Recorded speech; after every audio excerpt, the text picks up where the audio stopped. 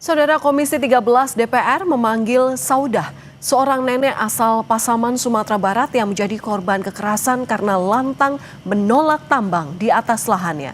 Tangis nenek Saudah pecah di hadapan wakil rakyat. Assalamualaikum warahmatullahi wabarakatuh.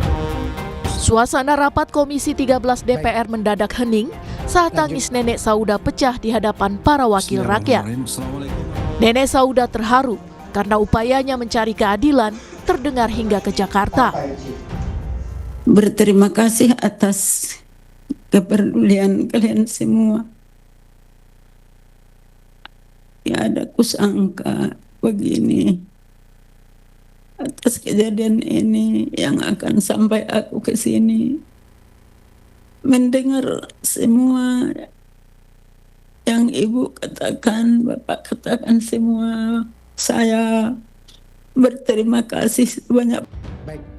Tangisan nenek Saudah menyiratkan beban berat yang harus ia lalui karena mempertahankan tanahnya dari tambang ilegal. Selain penganiayaan fisik, nenek Saudah dikucilkan dan mendapat sanksi adat berupa pengusiran dari tempat tinggalnya, meski akhirnya sanksi tersebut dicabut. Komisi 13 mendesak polisi mengusut tuntas atas kasus penganiayaan nenek Saudah dan tambang ilegal.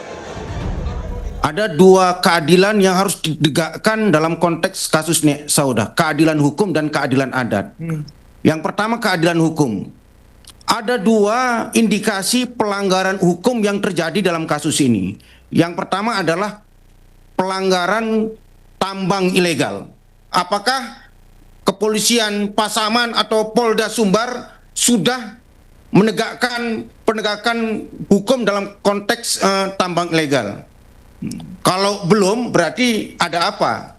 Yang kedua, dalam kasus penganiayaan Nek Saudah, saya nggak tahu manusia beragama apapun, kalau mereka bukan bagian dari penjahat, ketika ada seorang nenek-nenek dipukul oleh orang, pasti menolong, minimal membawa ke rumah sakit, bukan membiarkan itu saja.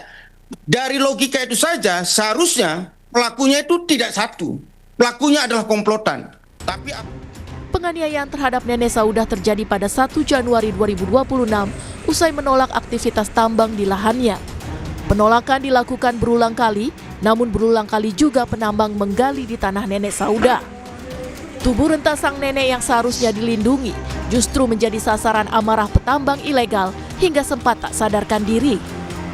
Hingga saat ini, polisi baru menetapkan 1 tersangka dan didesak menangkap tersangka lain. Tim Liputan, Kompas TV.